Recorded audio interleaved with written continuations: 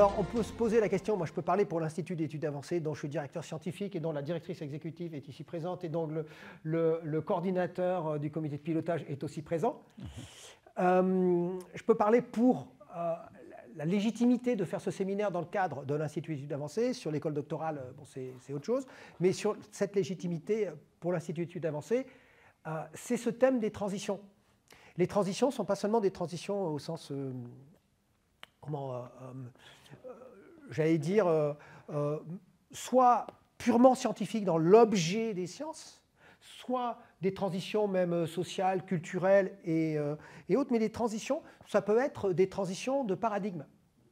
Autrement dit, un paradigme, c'est la vision générale, presque même la grammaire, qui nous permet d'observer le monde et en matière de science, de dire bah, ça c'est objectif, ça c'est vrai, ça c'est pas vrai. Et donc les paradigmes ont évolué au cours des âges.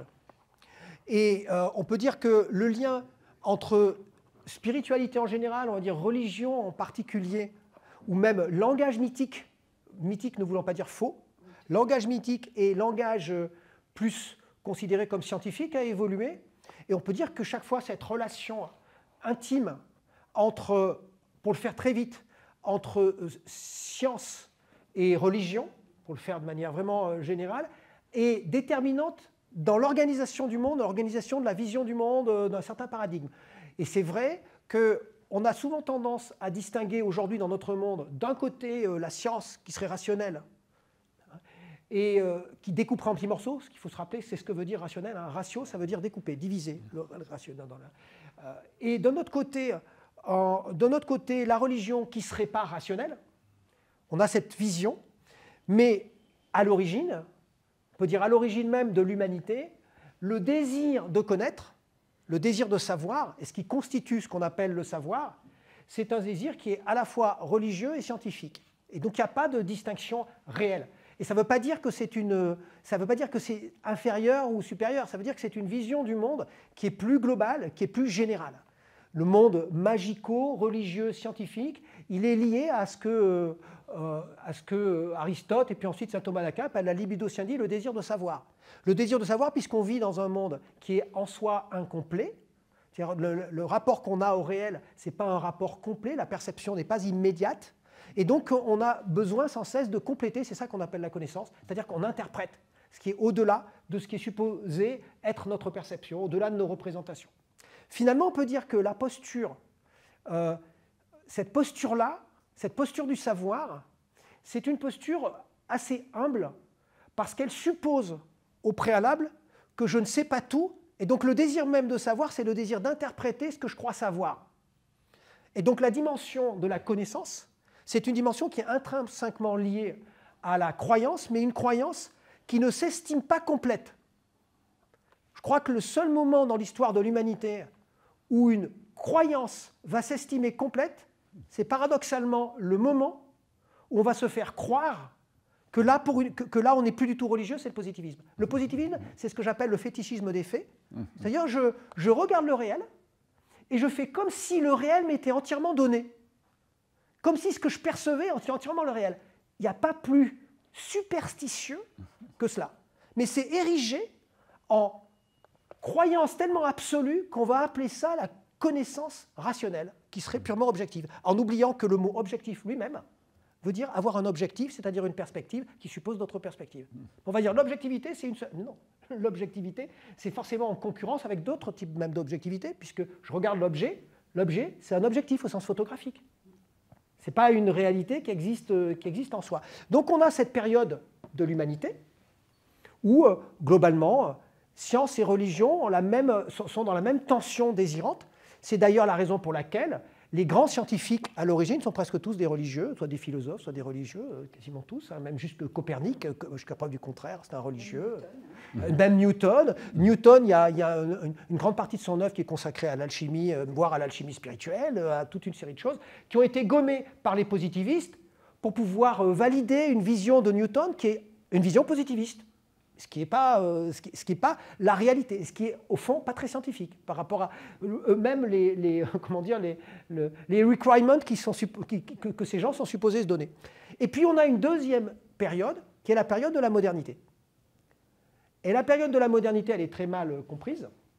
C'était l'objet de mon travail, comme ceux qui m'ont déjà entendu le savent. Et cette période de la modernité, c'est représenté par un philosophe comme Kant, et ce titre, Origins and Causality, reflète quand même la question centrale de la philosophie kantienne, c'est que pour Kant, je cite Kant, c'est ça, il n'y a de science que des phénomènes. C'est-à-dire il n'y a de science que ce qui apparaît, et ce qui apparaît, ça apparaît dans les termes du lien de causalité. Ça apparaît en termes de cause et d'effet, et donc la science, légitimement, travaille sur les causes et les effets, parce qu'elle travaille sur les phénomènes, c'est-à-dire sur ce qui apparaît, dans la dimension de ce qui apparaît, là, maintenant, immédiatement. Mais Kant ne dit jamais qu'il n'y a pas quelque chose qui n'apparaît pas. Il dit même que ce qui n'apparaît pas est absolument nécessaire, mais non déterminable. Mais absolument nécessaire, parce que si ce qui n'apparaît pas n'existait pas, il ne pourrait pas y avoir quelque chose qui apparaît à partir de ça. C'est ce qu'il appelle le noumen. Le phénomène, c'est vraiment ce qu'il appelle le noumen. Et le noumen, il dit, ça ne répond pas à des causes et des effets. Les causes, c'est ce qu'il appelle sa révolution copernicienne. Les causes et les effets ne sont pas à l'extérieur, ça c'est une illusion. Ils sont à l'intérieur, c'est les catégories de l'entendement et les formes de la sensibilité. Forme de la sensibilité, l'espace et le temps, catégorie de l'entendement, causalité, etc. Et, tout ça. Et à côté de ça, effectivement, il nous dit, on a la preuve.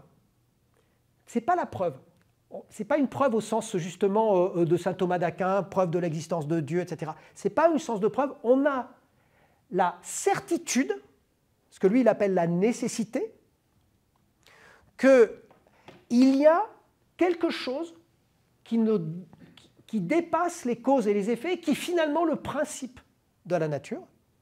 Et je vais dire encore la preuve, pas la preuve, la nécessité de cela apparaît lorsqu'on fonctionne, non pas justement en termes de cause et d'effet, mais qu'on fonctionne avec des paradoxes. Et le paradoxe essentiel, c'est le paradoxe des origines, qui est lié aux antinomies de la raison pure. Et les antinomies de la raison pure, il y a une d'entre elles, c'est la question du début du monde. C'est très intéressant parce que jusqu'à Kant, chaque fois qu'on voulait démontrer l'existence de Dieu, même d'Aristote, premier moteur, jusqu'à saint Thomas d'Aquin, je pense à saint Anselme de Canterbury ou d'autres, on faisait une démonstration comme si Dieu était un phénomène. Mais un phénomène qu'on étendait au maximum. Mais évidemment, si on étend un phénomène au maximum, c'est-à-dire on le considère comme un phénomène, mais on dit c'est un phénomène mais infini, du genre Dieu est partout, la pervasivité, etc., on finit par donner à la base une définition de Dieu comme phénomène, mais en étendant le phénomène à l'infini, donc ce qui n'est plus un phénomène, donc on le rend absurde, donc on le rend potentiellement critiquable par des gens qui sont rationnels, qui vont dire « mais regardez à quel point vous êtes absurde ». C'est absurde. C'est-à-dire qu'en fait, on crée la possibilité même d'une critique rationnelle. Alors que ce que décide de faire Kant, il dit on ne va pas du tout fonctionner comme ça. Je ne vais pas démontrer l'existence de Dieu, puisque démontrer l'existence de Dieu, ça serait fournir des arguments pour détruire l'existence de Dieu. Puisque par définition, la démonstration le situerait dans le monde des phénomènes. Donc je vais parler uniquement de cette question des origines, parce que si la seule chose que je peux connaître, et la seule chose que je peux connaître, ce sont les causes et les effets, au sens de ma perception, je remonte, je fais la régression dans la série des causes, là je parle comme Aristote, il parle parfois comme Aristote, je remonte dans la série des causes et des effets, et à un moment donné je dis bon, ça veut dire qu'il y a un début. Il faut qu'il y ait un début. Donc je dis, c'est ce début. Donc on va prendre l'hypothèse, c'est le début. Mais si c'est un début, le seul fait de penser un début, si je réfléchis en termes de cause et d'effet, le début doit être l'effet d'une cause. Et donc, hop, il faut que je régresse encore.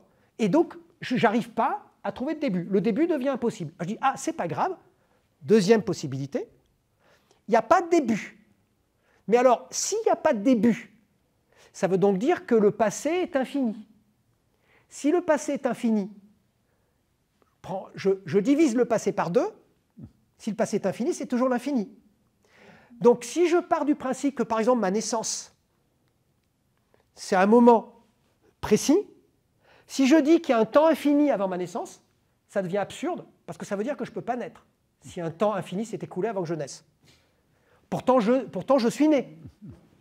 Et donc, on pourrait penser que Kant, ne s'arrête pas là. En fait, il s'arrête là, justement. Il dit, mais voilà, première hypothèse, impossible, qui a un début. La seule autre hypothèse qui n'est pas de début, impossible aussi. C'est-à-dire impossible vis-à-vis du phénomène. Par conséquent, au nom même de ce que nous pouvons percevoir, c'est-à-dire qui n'apparaît que par cause et effet, pour soutenir les causes et les effets, il faut qu'il y ait du non causé, parce que sinon ça ne serait pas possible. Et ça, c'est ce qu'il appelle la foi rationnelle. Il dit, et ce n'est pas la foi dans la rationalité, c'est qu'il est absolument rationnel d'avoir la foi. C'est-à-dire que ceux qui n'ont pas la foi ne sont pas rationnels. Et c'est parce qu'ils ne sont pas rationnels qu'ils ont peur. Parce que si on est totalement rationnel, on ne peut être que dans l'abandon à quelque chose qui dépasse cette perception, parce que cette perception n'est possible qu'en raison des antinomies ou du mystère des origines, si je puis dire. Mystère qui n'est pas une énigme. La différence entre une énigme et un mystère, c'est qu'une énigme est faite pour être résolue, comme l'énigme qui a tué le professeur, je ne sais pas quoi, dans le... Voilà. Cluedo. Non, au Cluedo. L'énigme n'est pas faite pour être résolue, ça ne se résout pas. L'idée même de résoudre, c'est une idée qui fonctionne par rapport au monde des causes et des effets. Alors que le mystère, c'est ouvert. Mais c'est néanmoins absolument nécessaire, donc absolument vrai, parce que tout le reste que je perçois en termes d'apparence, et l'apparence en tant que telle est vraie en tant qu'apparence, deviendrait impossible s'il n'y avait pas ça. C'est QFD pour Kant. Donc sans démonstration au sens classique du terme, il dit voilà comment désormais nous devons penser et nous devons vivre le monde. C'est pour ça que la science doit être complètement libérée et qu'elle ne peut pas blasphémer. La science ne peut pas blasphémer, mais pas au nom du fait qu'elle se retiendrait de blasphémer. Au sens où, quel que soit ce qu'elle peut dire, elle ne peut pas toucher ce qui relève de ce qui n'est pas de l'ordre des causes et des effets. Donc la science ne peut plus blasphémer, donc par conséquent, elle est entièrement libre. Elle n'a plus aucune limite dans ce qu'elle peut découvrir, mais elle n'empiète absolument pas sur le reste, puisque le reste, c'est ce qui la justifie en nécessité absolue.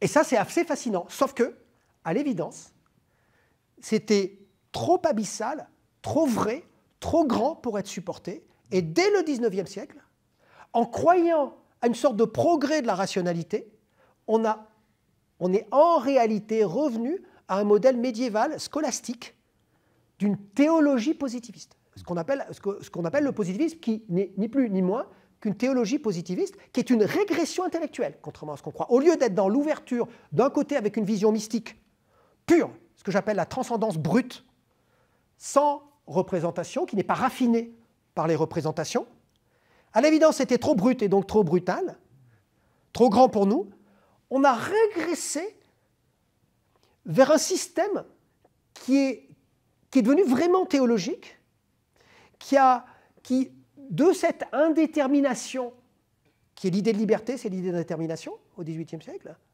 on en a fait une fausse liberté qui s'est accouplée au déterminisme absolu qu'on connaît dès le XIXe siècle, etc. Or, et c'est là où j'en arrive à l'intérêt de ce séminaire, or nous sommes dans une nouvelle transition aujourd'hui, clairement, qui va à la fois bien au-delà de la théologie positiviste du XIXe siècle, qui ne revient pas au monde traditionnel tel qu'il était, qui quelque part se reconnaissent avec ce qui était la promesse réelle de la modernité, mais qui va peut-être au-delà grâce à l'évolution des sciences, aussi bien de la macrophysique, par rapport à l'idée des trous noirs, du Big Bang, de qu'est-ce qu'il y avait après le début, est-ce que l'univers est-ce que c'est une respiration, quelle est la nature du temps, etc.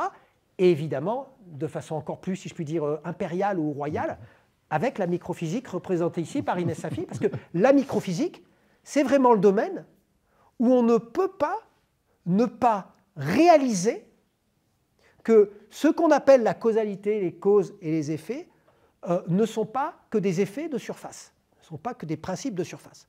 Et donc il convient d'essayer de comprendre ce qui se passe en deçà, en amont de cette surface, mais c'est ça qui rend la chose plus compliquée, avec des instruments qui ne sont pas les instruments classiques de la science, puisque la science est entièrement fondée sur l'idée qu'une loi scientifique, ce n'est que la causalité. C'est ce qui avait totalement désarçonné Einstein.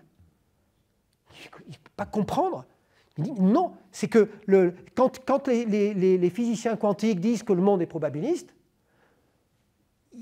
ils veulent juste dire, pour Einstein, qu'ils n'ont pas encore les instruments pour savoir ce qu'il y a au-delà de ces probabilités, c'est-à-dire quelles sont les lois. Et les physiciens quantiques résistent, parfois pas très bien, mais ils résistent en disant non, c'est probabiliste. Donc c'est de cela, je crois, qu'on va parler, et de beaucoup d'autres choses. Et c'était la petite introduction que je voulais faire. Qu'est-ce qu'il y a? C'est une petite introduction? Ben oui, très bien. Merci. Bon, arrête, ça va. C'est une petite introduction. Mais c'est aussi Inès, elle m'a encouragé, Inès.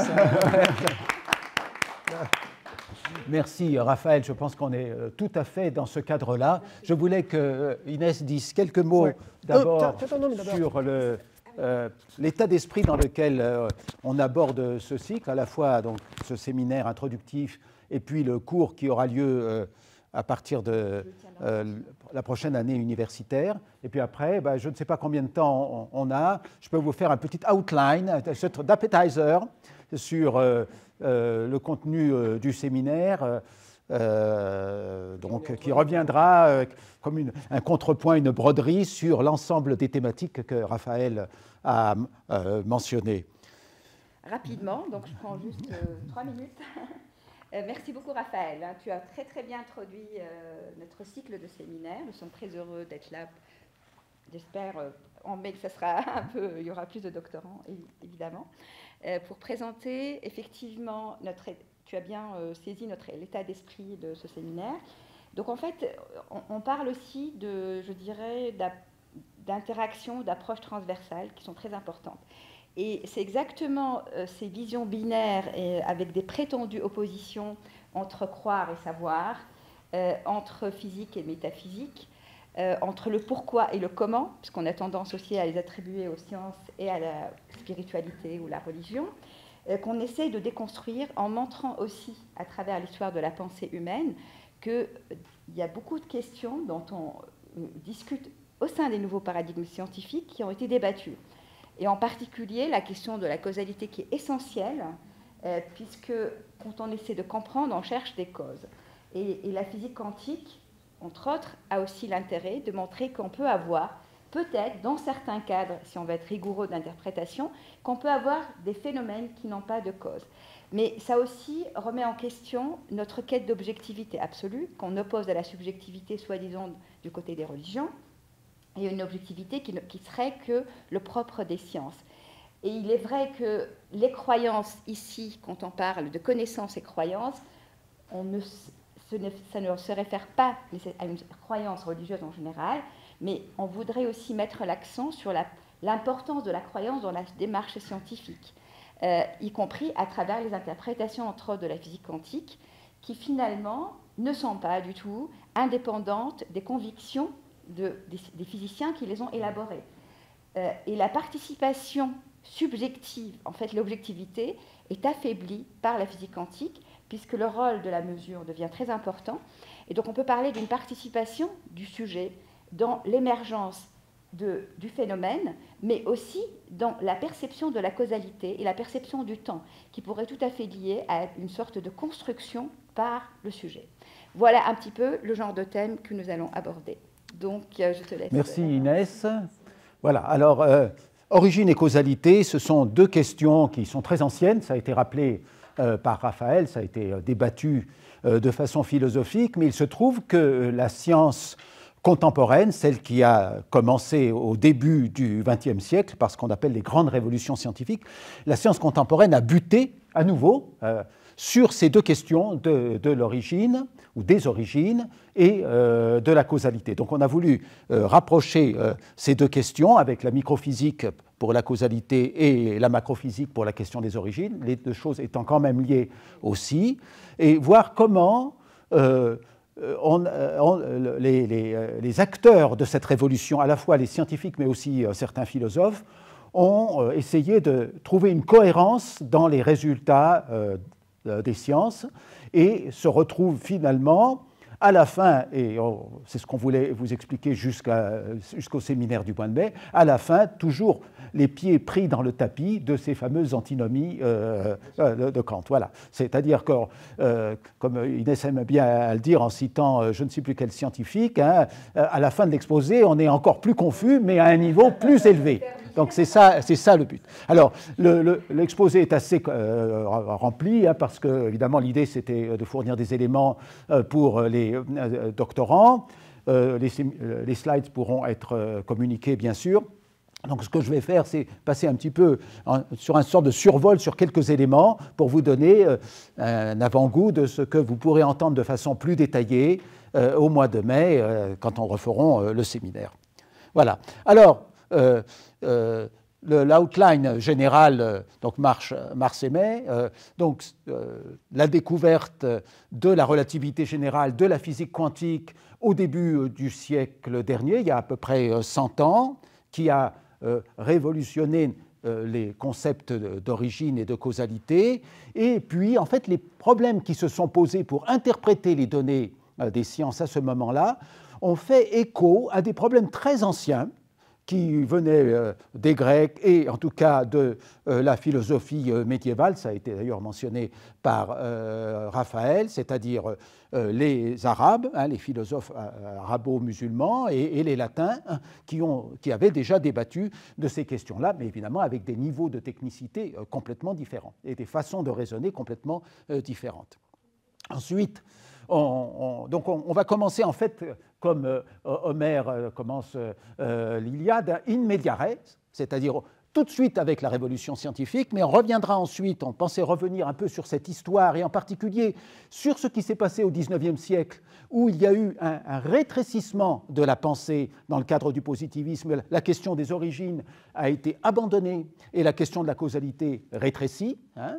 Donc c'est plutôt un flashback. Et puis on pensait terminer sur des débats plus contemporains qui ont lieu depuis quelques décennies seulement, dans le cadre de ce qu'on appelle par exemple les cosmologies pré-Big Bang, qui essaient justement de reprendre la question de l'origine, mais à nouveau frais, ou ce qu'on appelle la seconde révolution quantique, à laquelle tu as fait allusion en parlant des interrogations d'Einstein, et cette seconde révolution quantique est en route, là, et avec des résultats tout à fait surprenants. Tout ça est ensuite appuyé dans le cadre d'un cours d'histoire des sciences, un peu plus général, d'histoire de l'astronomie, de la cosmologie, de la physique essentiellement, qu'on ferait à partir du mois de l'automne 2025 ou du début 2026. Voilà. Donc ça, c'est un peu l'outline.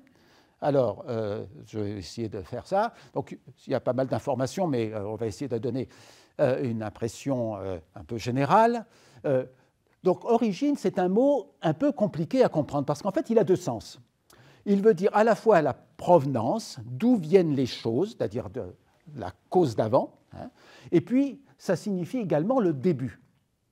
Et donc, cette ambiguïté, on va la traîner quand même pendant toute l'histoire de la pensée, depuis les Grecs jusqu'à l'époque contemporaine et les débats actuels. Alors évidemment, il y a la religion des Grecs, la théogonie d'Hésiode, la génération des dieux qui donne une explication pour l'ordre du monde, et puis très rapidement, il y a l'émergence de la pensée philosophique grecque, de la science grecque, avec la recherche de ce qu'on appelle l'arché, c'est-à-dire le principe explicatif de l'ensemble du cosmos, du monde ordonné, vu par les Grecs. Et alors, évidemment, les philosophes se sont succédés pour proposer une provenance à l'ordre que nous voyons. Donc, est-ce qu'il s'agit de l'eau, qui est la source de tout, de l'air, de l'infini, des nombres, c'est évidemment l'idée de Pythagore, de l'intellect cosmique, le nous, hein, dont on parlera peut-être ensuite à propos de la noosphère. Puis, évidemment, il y a l'opposition bien connue entre Parménide et Héraclite, l'être ou le devenir, etc. Et donc on arrive ensuite avec Platon et Aristote. Pour Platon, l'arché, c'est finalement le monde des idées, et il utilise un mythe, celui du démiurge, pour expliquer l'ordre du cosmos, mais ce mythe, c'est une explication symbolique. Platon ne pensait pas réellement, semble-t-il, qu'il y avait un gars qui avait tout façonné. C'était une façon d'expliquer comment le monde des idées est ensuite s'est imprimé sur la réalité que nous connaissons, la réalité apparente. Et puis, avec Aristote, il y a le premier moteur, qui est donc la provenance du mouvement. Mais pour tous ces auteurs-là, le monde a toujours été, et personne parmi tous ces philosophes grecs n'a imaginé l'apparition du cosmos à partir de rien. Et alors ça, c'est Athènes, et il y a Jérusalem, bien sûr, à côté, selon le livre de Chestov, Athènes et Jérusalem, les deux sources de la connaissance. Au passage, on oublie un peu Bagdad et la Mecque, mais Athènes et Jérusalem. Donc Jérusalem, c'est la révélation. Alors on va se cantonner au monothéisme, on ne parlera pas de la tradition hindoue ou de la tradition chinoise, qui ont des perspectives complètement différentes. Et donc il y a ce livre de la Genèse où il y a une création dans le commencement. Il y a un commencement. Alors, il y a ce mot, alors effectivement, là, c'est en hébreu, donc Bereshit bara Elohim et Hashamayim ve'et haaretz, au commencement, dans le commencement. Donc, il y a tout un commentaire dans la Kabbale à ce propos. Et quand les érudits de la Bible des Septante traduisent à Alexandrie le mot « au commencement », ils prennent « arché », le mot grec qui veut dire à la fois la provenance et le commencement de quelque chose. Voilà. Donc ensuite, ça a donné le principium. Au commencement, Dieu créa les cieux et la terre. Et on retrouve cette idée-là dans la révélation coranique. Bien sûr, la création en 6 jours, et des mots sont utilisés dans le Coran, donc le mot khalaqa, créer, mais il y a également le mot bada'a, abda'a, qui veut dire faire commencer quelque chose, le mot bada'a, qui veut dire créer quelque chose nouvellement, mesurer, concevoir, qaddara, savoir. Et en fait, Dieu crée par sa parole dans la Bible, comme dans le Coran, quand il décide quelque chose, eh bien, il suffit qu'il lui dise soit, et la chose est. Voilà. Alors, donc, il y a cette idée, et la théologie chrétienne, enfin juive chrétienne, alors théologie entre guillemets, juive chrétienne et musulmane, a très rapidement compris que cette création à partir de la parole, c'était en fait une création à partir de rien d'autre que la parole. Alors, il y a une source scripturaire qui est assez tardive pour la théologie chrétienne, qui est le second livre des Maccabées, et reconnaître que Dieu a créé les cieux et la terre à partir de rien.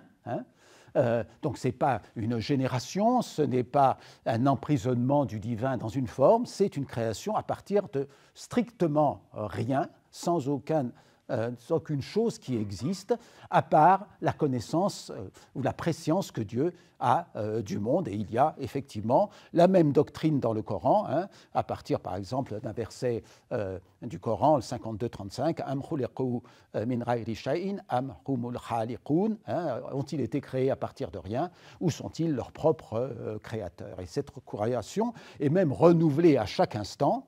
Donc il y a, dans cette perspective-là, 2 sortes d'êtres, l'être éternel qui est celui du Dieu absolu, et puis l'être du monde qui est entièrement donné par Dieu. Et si Dieu cessait de donner l'être au monde, le monde tomberait immédiatement dans le néant, d'où il a été tiré par la volonté divine. Donc il y a vraiment cette opposition entre les deux. Alors ça, c'est le contexte général qui va accompagner l'exposé, la pensée, de ce commencement et puis de cette provenance. Et toute la réflexion des scientifiques et des philosophes qui vont interpréter la science contemporaine, ça va être de basculer entre ce commencement absolu, donc à partir duquel on peut commencer à dire quelque chose, mais en deçà duquel on ne peut plus rien dire, exactement ce que Raphaël a dit, ou bien peut-être que ce commencement, tel qu'on le voit dans la science, eh bien, il doit être toujours poursuivi, traversé en quelque sorte, pour qu'on trouve ce qu'il y avait avant, qui restent quand même du domaine rationnel, du domaine explicable. Alors, l'idée, parce que je ne vais pas évidemment faire trop long, mais l'idée c'est qu'il y a une grande révolution au début du XXe siècle avec la relativité restreinte en 1905 et générale en 1915. Donc l'œuvre essentiellement d'un seul homme, Albert Einstein, qui repense la science à nouveau frais et qui va trouver des solutions à des problèmes qui apparaissaient résiduels à la fin du XIXe siècle, mais qui étaient en fait des problèmes fondamentaux. Donc ces problèmes résidaient dans l'incompatibilité entre les deux morceaux de la physique de l'époque, l'électromagnétisme, donc l'électricité, le magnétisme, la lumière, et puis la dynamique de Newton. Si les ondes lumineuses se propagent, elles doivent se propager sur un milieu. Ce milieu, c'est l'éther, une sorte de substance qui serait partout dans l'univers. Et en fait, on ne trouve pas l'éther, donc il y a un problème parce qu'on ne trouve pas le support qui vibre quand l'onde lumineuse se propage. Donc demain, Inès parlera des voilà. Maxwell, il n'est pas mort en 1970. Maxwell, il n'est pas mort en 1979. Non, c'est une erreur. Si j'ai mis ça, oui. Donc, je n'arrive pas à... Voilà. Bon, alors, oui. Non, 1879. Oui, oui, absolument. Merci, tu suis. Bravo. Voilà. Alors, qu'est-ce que fait Einstein? Il dit, bon, ben, on va changer complètement le point de vue. On va supposer que la vitesse de la lumière est une constante universelle qui ne change pas suivant les observateurs. Et ça nous oblige, donc ça résout le problème de l'électromagnétisme, mais ça nous oblige à changer toute la physique par ailleurs. Et c'est ce qu'il fait. Et il perd au passage un certain nombre de choses qu'on considérait comme des données fondamentales de la science, par exemple le fait que le temps et l'espace étaient absolus. Si la vitesse de la lumière est une constante, alors à ce moment-là, le temps et l'espace ne sont plus du tout absolus. Et à partir de 1905, à partir de 1912, Einstein poursuit sa réflexion et il essaie de mettre dans ce panorama, où il y a déjà l'électromagnétisme et les lois du mouvement, l'autre force qui reste à l'époque, qui est la seule connue, manquante à l'époque, qui est la force de gravitation. Et il se dit, mais comment je peux introduire la force de gravitation dans mon schéma général, dans lequel j'ai donc l'électromagnétisme, l'électricité, le magnétisme, l'optique, ok, la dynamique, les lois du mouvement que j'ai un peu changé pour que ça rentre dans le paysage, ok.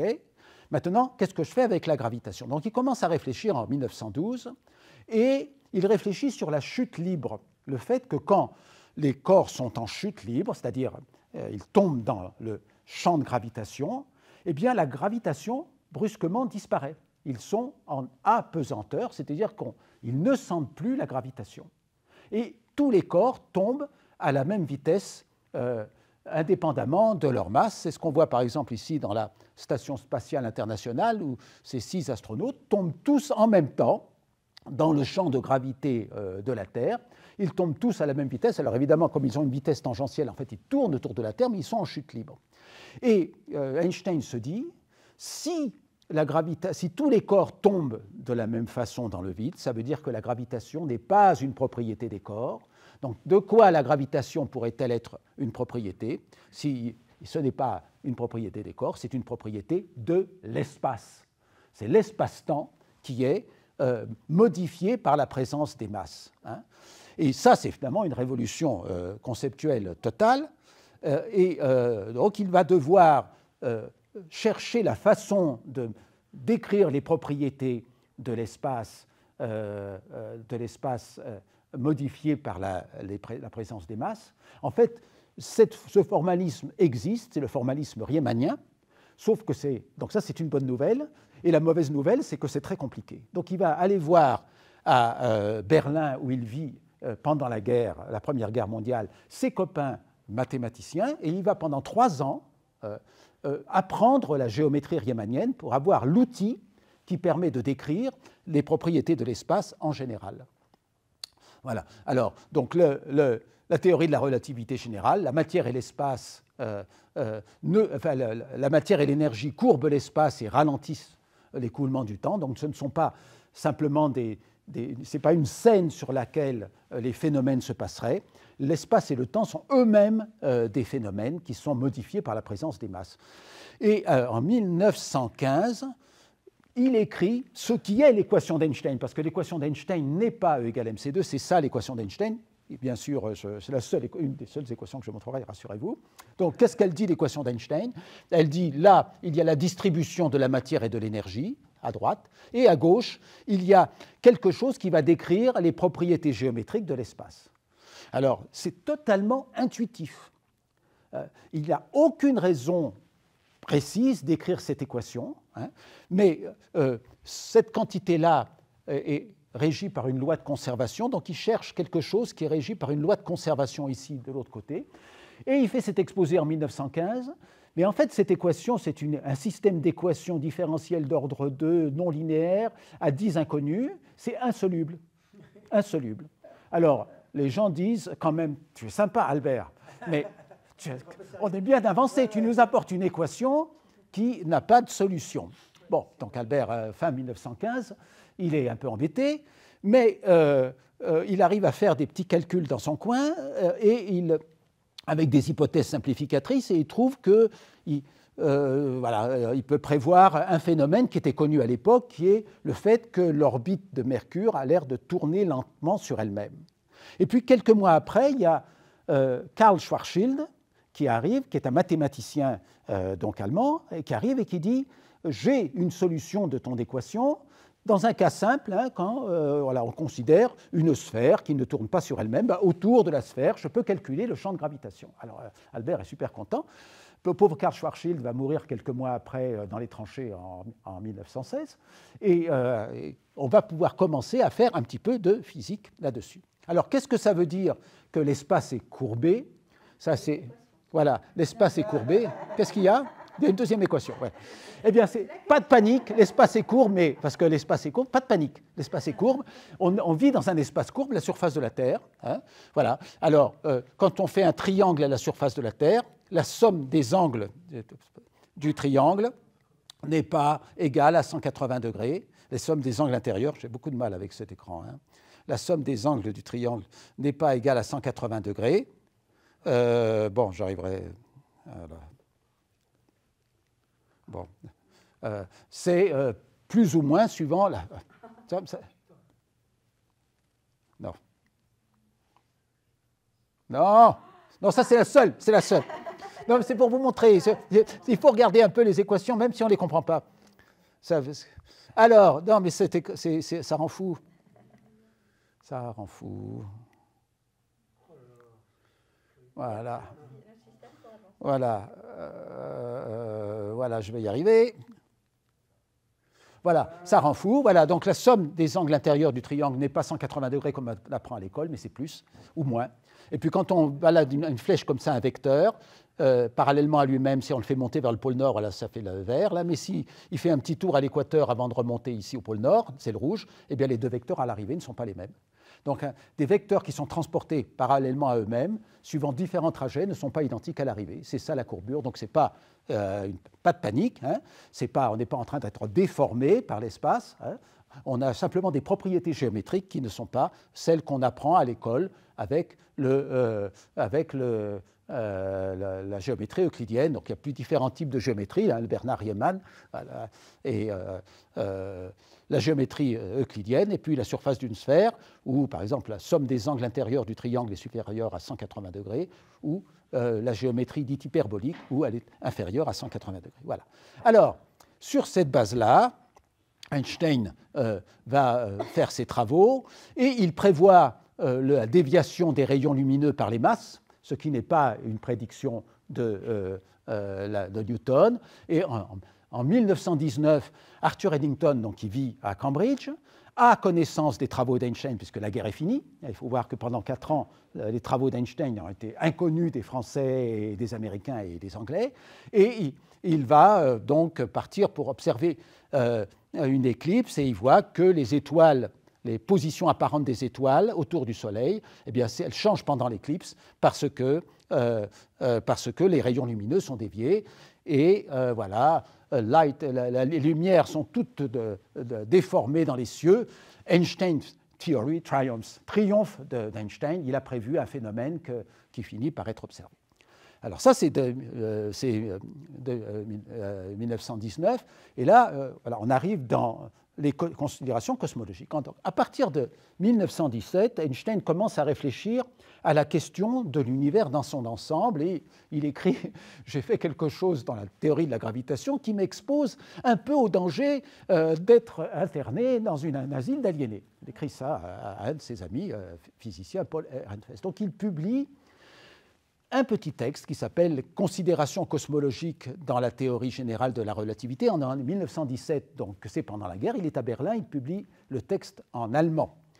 Et en fait, son souci, c'est d'essayer de résoudre le problème de la physique newtonienne, parce que l'univers de Newton est instable. Effectivement, s'il y a de la matière partout, la matière finit par s'effondrer sur elle-même.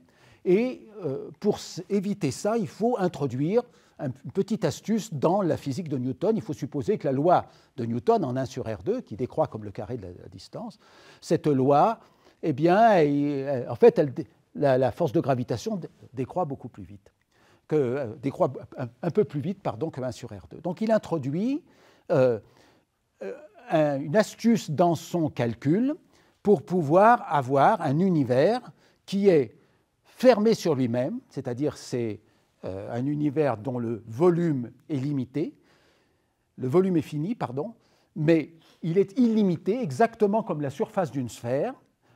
C'est un volume à 2 dimensions qui vaut 4π fois le carré du rayon, mais il n'y a pas de limite, c'est-à-dire que quand on se promène à la surface de la sphère, à la surface de la Terre, on ne rencontre jamais le bord de la Terre. Et cet univers est éternel avec une densité de matière constante. C'est l'univers dit d'Einstein. Donc vous imaginez, par exemple, vous pouvez le visualiser facilement à 2 dimensions. C'est la surface d'une sphère. Voilà. Donc il y a de la matière sur la sphère. Donc la matière devrait s'attirer. Donc la sphère devrait rétrécir.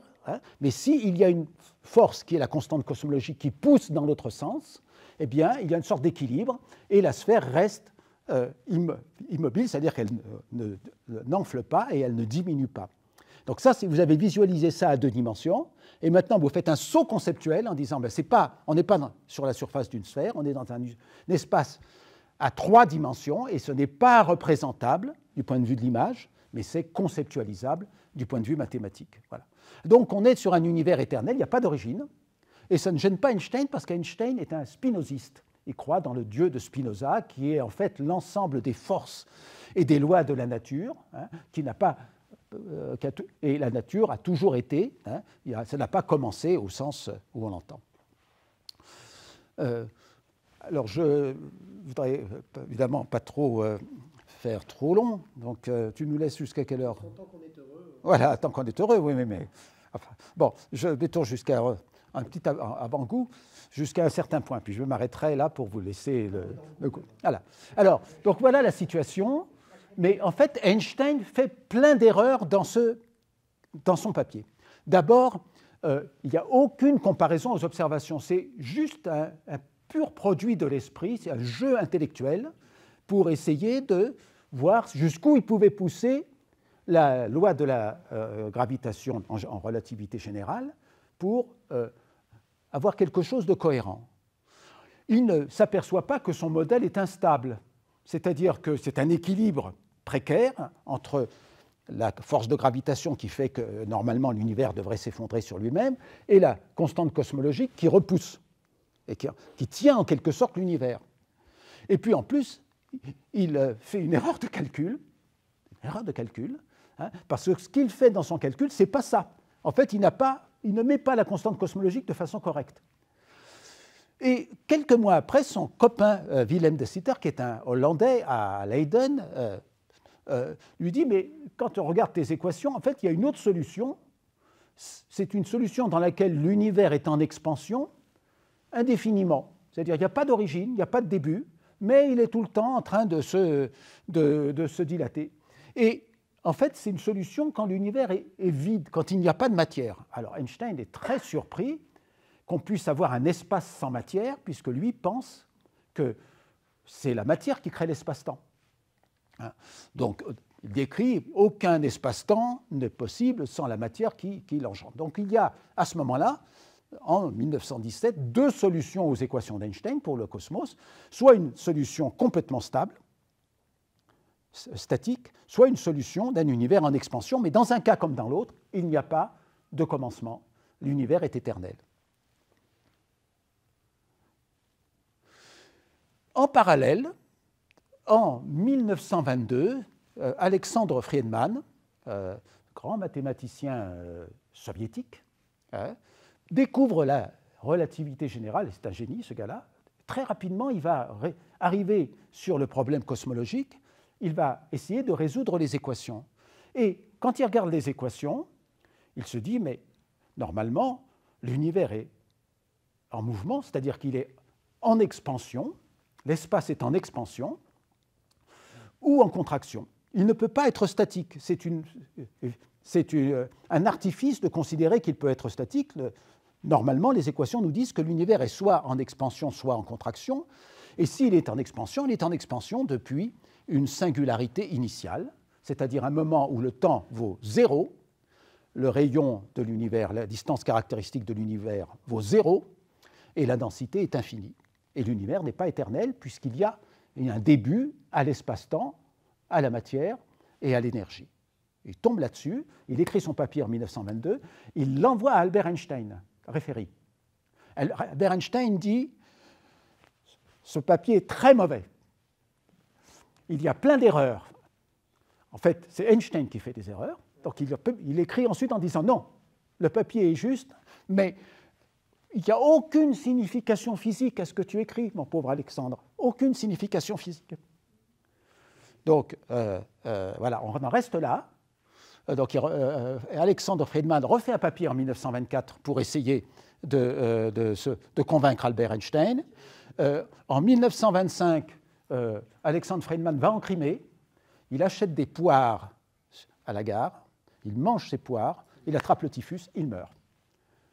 Il ne saura jamais qu'il était visionnaire et qu'il avait compris la signification des équations d'Einstein. Ce qu'Einstein n'avait pas compris.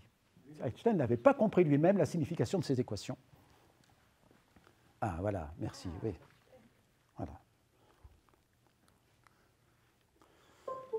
Ah, merci. Ce dont on avait besoin, c'est d'un spécialiste technique.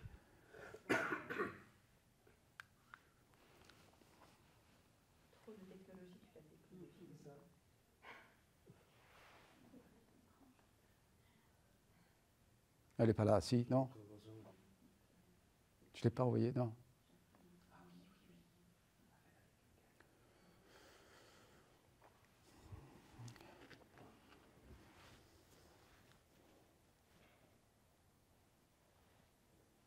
Ah ben voilà, super. Et ça marche. Oh là, c'est super. Mais il fallait venir avant. Ah, ça va mieux. Alors, j'avance, je ne vais pas vous... Voilà. Donc, les équations. C'est ça, les équations de Friedman. Ça, quand on voit d'où ça part, c'est très simple, en fait. Hein. Donc, il y a un paramètre qu'on appelle A. Oula, alors ça, c'est... Voilà, il ne faut pas mettre le doigt. Il ne faut surtout pas toucher. Il y a la densité de l'univers ici. Il y a... voilà, ça, c'est le rayon caractéristique de l'univers, la pression, et... Donc, normalement, on détermine le rayon de l'univers en fonction du temps, puisque voilà, c'est une dérivée par rapport au temps. Et quand on veut rajouter la complexité de la constante cosmologique, eh bien, on la met ici. Voilà. Donc, ce sont des équations qui sont très simples parce qu'on suppose que l'univers a des propriétés simples, il est homogène, c'est-à-dire que c'est la même densité partout, il est isotrope, il a la même propriété dans toutes les directions, le temps s'écoule uniformément, etc. Et la résolution des équations donne plusieurs types de modèles suivant la densité par rapport à la densité critique. Donc, un univers, donc là, on a le temps et le facteur d'échelle, c'est-à-dire la distance caractéristique de l'univers, le présent et maintenant, ici. Et puis, vous voyez, si on reconstitue dans le passé, eh bien, on rencontre ici l'axe des abscisses, c'est-à-dire que le facteur d'échelle de l'univers vaut 0. Il y a, par exemple, 10 milliards d'années, il vaut 0. Et la géométrie de l'espace est fixée par la quantité de matière qu'il y a dans l'univers. Quand on est avec beaucoup de matière, l'espace est fini mais illimité, et après l'expansion, il y a une contraction. Sinon, l'univers est complètement en expansion et il n'y aura plus jamais de contraction, et l'espace est infini, donc soit avec une géométrie euclidienne, soit avec une géométrie dite hyperbolique. Alors, tout ça était uniquement des jeux de l'esprit de mathématiciens, mais en parallèle, les observations se sont accumulées aux États-Unis. Donc là, on est en Europe. Aux États-Unis, essentiellement d'abord à l'observatoire Lowell, puis ensuite en Californie, au mont Wilson. Donc voilà Vesto Slipher, qui est quelqu'un qui commence à utiliser des techniques d'astrophysique pour étudier les astres. C'est-à-dire qu'il va faire, par exemple, des spectres, ce qu'on appelle les nébuleuses spirales. Un spectre, c'est la décomposition de la lumière par un prisme. Et le décalage des raies par rapport à ce qu'on observe au laboratoire donne une idée de la vitesse radiale d'éloignement ou de rapprochement de ce qu'on appelle ces nébuleuses spirales. Et il s'aperçoit que beaucoup de ces nébuleuses ont une vitesse qui témoigne d'un éloignement de nous. Et effectivement, c'est très surprenant parce qu'au hasard, on s'attendrait à ce qu'il y ait autant de galaxies qui viennent vers nous que de galaxies qui s'éloignent de nous.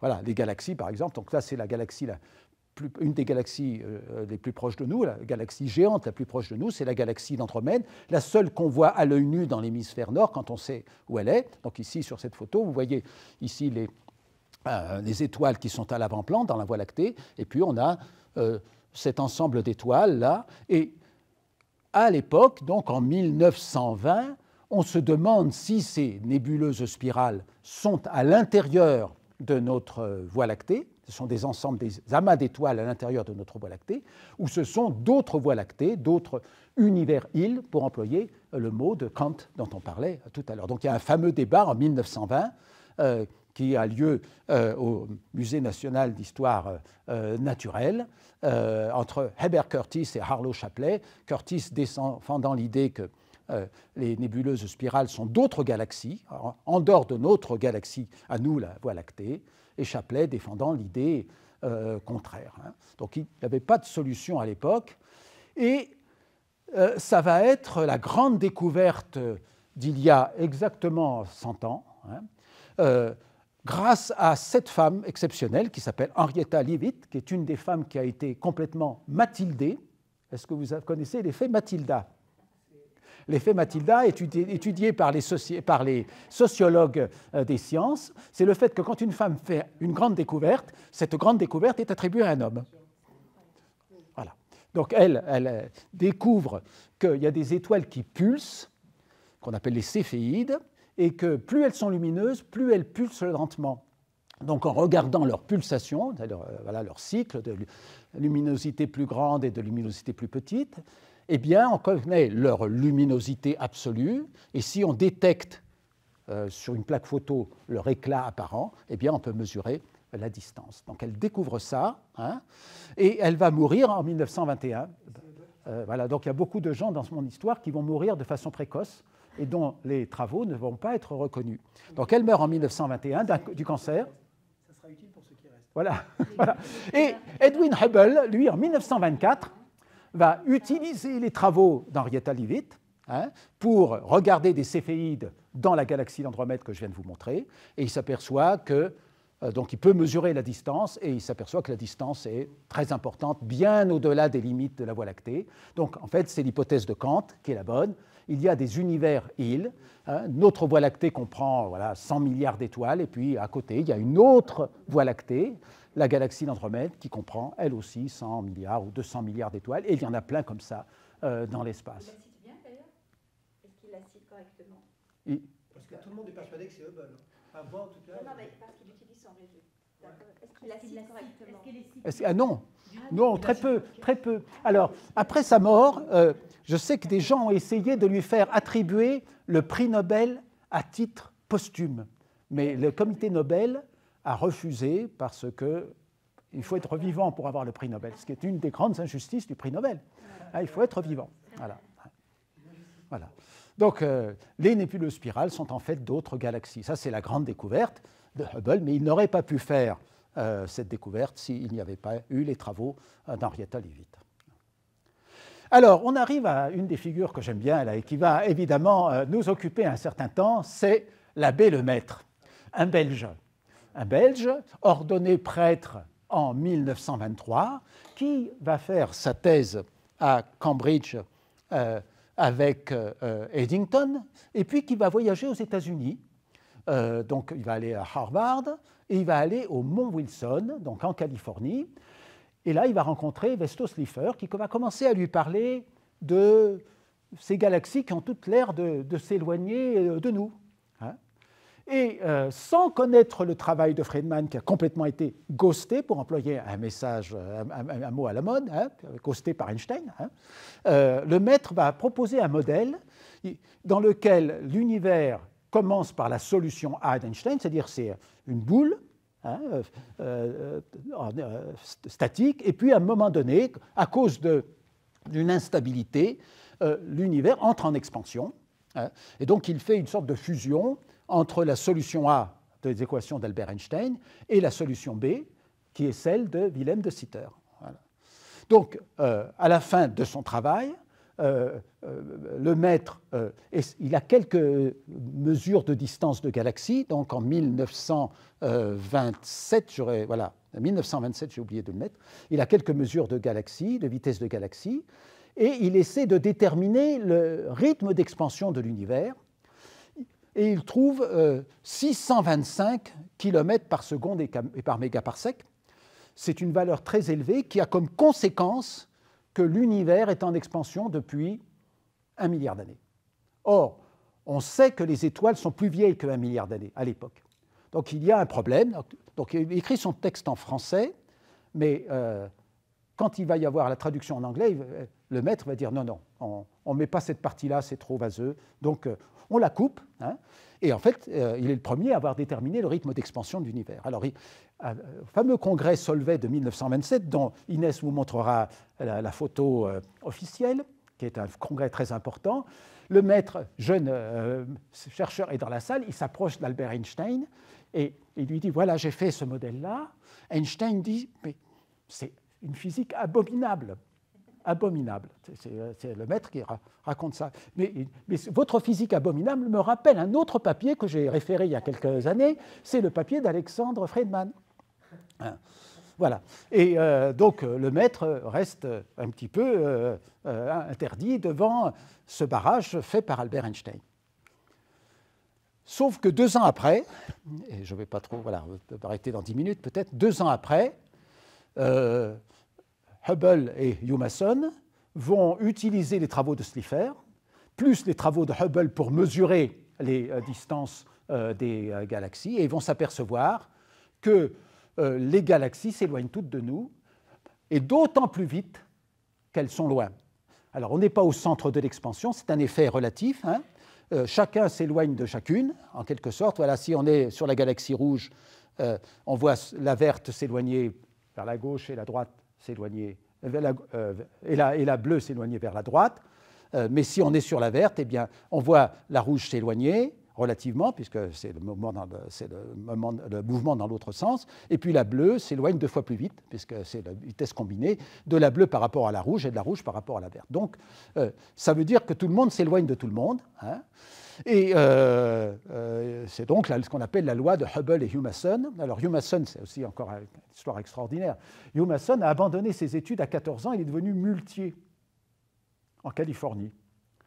Il apprend qu'il y a au Mont Wilson un poste de gardien. Donc il candidate, il est admis comme gardien. Après, les gens lui disent, bon, on a besoin de quelqu'un pour développer les plaques photographiques. Il apprend à développer les plaques photographiques. Il devient un expert dans les plaques photographiques. Et donc tout ça, évidemment, requiert des enregistrements de lumière parce qu'il faut mesurer les luminosités des étoiles, etc. Et il finit par signer, avec Edwin Hubble, l'une des plus grandes découvertes du XXe siècle. Donc il y a des figures vraiment étonnantes comme ça. Alors Hubble et Humason, donc la fameuse loi, voilà, alors évidemment il y a beaucoup d'erreurs sur les distances, hein, c'est pour ça que la loi n'est pas très bonne. Bon, maintenant on a des mesures qui sont bien meilleures. Et la constante de Hubble, c'est-à-dire le rythme de l'expansion, Hubble trouve 500 km par seconde et par mégaparsec, ça veut dire que l'univers, effectivement, c'est presque la valeur de Leverre, à 1 milliard d'années. Et ce n'est pas très brillant parce que c'est impossible. Hein, donc voilà. Mais c'est ce qu'on appelle une contradiction dans la science, il y en a souvent à ce moment-là. Je regarde, voilà, je vais aller jusque-là. Voilà, je vais vous montrer encore 2 transparents, puis après on arrêtera. Voilà, alors ça déclenche effectivement brusquement dans le milieu beaucoup de réflexions, puisqu'on a pour la première fois un test cosmologique, hein, observationnel, c'est-à-dire le fait que l'univers soit en expansion. Donc Eddington va faire un modèle qui va être presque celui de Lemaître, même si, alors dans ce modèle-là, il n'y a pas de singularité, hein, puisqu'on démarre sur une boule comme ça qui entre en expansion. Eddington détestait aussi l'idée de la singularité. Hein. Il disait cette singularité est philosophiquement répugnante. Donc entre abominable pour Einstein et répugnant pour Eddington, le maître était fixé. Bon, Eddington était un Quaker. Et vous savez que les Quakers, ils n'aiment pas du tout les textes des Écritures. Pour eux, ce qui est important dans la vie religieuse, c'est l'expérience spirituelle. Tout ce qui est écrit, ça n'a pas du tout valeur absolue. Hein. Donc, pour lui, évidemment, la singularité était trop réminiscente de la création ex nihilo. Et en 1931, le maître va faire un autre papier, et là, il y a à nouveau la singularité, c'est-à-dire qu'il retrouve le résultat d'Alexander Friedman, hein, un univers qui commence par une singularité initiale que le maître appelle l'atome primitif, primeval atom, ou primitive atom. Hein. Il écrit en français, mais après, évidemment, ses textes sont traduits en anglais. Et donc, il y a une expansion qui va ensuite finir, à cause de la constante cosmologique, par une expansion accélérée. Alors voilà différents modèles, vous voyez. Donc on est ici au présent. Donc il y a des modèles avec singularité, plus ou moins reculés dans le passé. Il y a des modèles qui se referment sur eux-mêmes. Et puis il y a le fameux modèle de De Sitter ici, qui est un modèle éternel. Donc la plupart des modèles maintenant ont une singularité initiale. Et même Einstein, qui voyage aux États-Unis, après la guerre, donc, visite le mont Wilson, là où Hubble et Humason travaillent, et finalement, il accepte l'idée de l'expansion, et même il écrit un modèle avec Wilhelm de Sitter, hein, qui est le modèle dit d'Einstein de Sitter, qui est un des modèles qui est utilisé. Et en fait, tous ces modèles ont une singularité initiale, mais ils prévoient un âge de l'univers qui est extrêmement petit, donc il y a quand même un peu de perplexité sur le sujet. C'est pas Einstein qui disait qu'il avait fait, c'était la plus grande erreur de sa vie d'avoir... Alors, Georges Gamow, dont on parlera la prochaine fois, raconte ça. Il raconte que Einstein aurait dit « the biggest blunder of my life », c'est-à-dire que la constante cosmologique était la plus grande bêtise de ma vie parce que ça a empêché Einstein de découvrir la théorie de l'expansion. Mais c'est selon Georges Gamow, qui était un grand farceur, et donc on ne sait pas si c'est exact ou pas. Voilà. Alors, je termine justement ce petit avant-goût en parlant du point de vue théologique de l'abbé Lemaître. Hein. Lemaître est un thomiste. Il a été formé en tant que prêtre à la philosophie de Thomas d'Aquin, de saint Thomas. Et dans ses écrits, et en particulier dans un papier qu'il écrit pour la revue Nature, il dit, en fait, il y a 3 ordres de pensée qu'il faut bien distinguer. Il y a le commencement naturel de l'espace et du temps. Ça, c'est pour lui, c'est l'atome primitif, c'est une sorte de grosse boule condensée qui va se désintégrer dans, dit-il, un feu d'artifice, a display of fireworks. Voilà. Donc ça, c'est ce dont parle la science. Mais après, il y a ce qui est caché derrière, qui est ce qu'il appelle le commencement ontologique. Hein. C'est l'inauguration de la relation de Dieu avec le créé, avec le cosmos. Et le commencement naturel cache le commencement ontologique. Le commencement naturel fait partie de la science, il est observable, c'est dans le domaine de la causalité. Le commencement ontologique, lui, est caché. Il fait partie de ce qui est caché, de ce qui permet le commencement naturel, mais de ce qui n'est plus accessible à la science. Et puis, il y a la question de la création, qui est, elle, une doctrine théologique, parce que là, on est dans la physique, là, on est dans la métaphysique, et la création, c'est une doctrine théologique dans laquelle il y a une relation de dépendance métaphysique de la création vis-à-vis de Dieu, le Créateur. C'est-à-dire que l'être du monde, l'être du cosmos, est donné. Ce n'est pas un être qu'il possède de façon nécessaire, c'est un être qui a été donné par un autre, par l'être absolu, qui a été donné par amour. Alors, le maître pense que le commencement ontologique est caché par le commencement naturel. Donc, il écrit, ce n'est pas ce qu'il appelle la chiquenaude de la place. Alors, en fait, il paraît que c'est plutôt dû à Blaise Pascal, cette expression, c'est-à-dire Dieu aurait donné comme ça une chiquenaude, un flic, un petit coup de pouce pour lancer le cosmos, et ce petit coup de pouce, on le verrait en quelque sorte à travers la science. Voilà, absolument, absolument. Ouais, ouais. Et c'est ce que Jeans, qui est un autre physicien anglais, appelait « the finger of God agitating the ether », c'est-à-dire Dieu met son doigt comme ça, il touille un petit peu, et hop, le cosmos est lancé, la rotation du monde est lancée. Donc. Et en fait, le maître défend l'idée de ce qu'on a appelé le Dieu caché, le Deus absconditus, pour parler latin, qu'on trouve par exemple dans Ésaïe. Vraiment, tu es Dieu qui se cache lui-même. Dieu se cache lui-même. Et le maître écrit, donc à d'autres conférences Solvay, ça laisse le matérialiste libre de dénier tout être transcendant, et pour un croyant, ça lui enlève tout essai de familiarité, toute tentative de familiarité avec Dieu. Donc il y a en fait là-dedans une position qui est celle de ce qu'on appelle le discordisme. Voilà. Parce que quand il était jeune, le maître a eu une tentation concordiste. Tentation concordiste se justifiait par le fait que les scientifiques dominants de l'époque, les positivistes, disaient la science fait reculer la religion, la science est incompatible avec la religion, si vous êtes scientifique, vous ne pouvez pas être religieux. Donc le maître écrit un texte qui s'appelle « Les 3 premières paroles de Dieu », et il se dit, là, je vais quand même vous montrer que au début, que Dieu dit que la lumière soit et la lumière fut, bon, ce n'est pas incompatible avec la science. Donc il écrit ce texte et il l'envoie à Léon Bloy, qui est un auteur chrétien plutôt mystique, qui va le dissuader totalement de publier ce texte en disant « mais c'est n'importe quoi, il faut interpréter... » Voilà, il faut interpréter la Bible spirituellement, symboliquement, donc surtout tu ne publies pas ce texte. Donc le maître, qui n'était pas encore prêtre, échaudé, dit plus jamais ça, et donc moi je vais être un bon discordiste.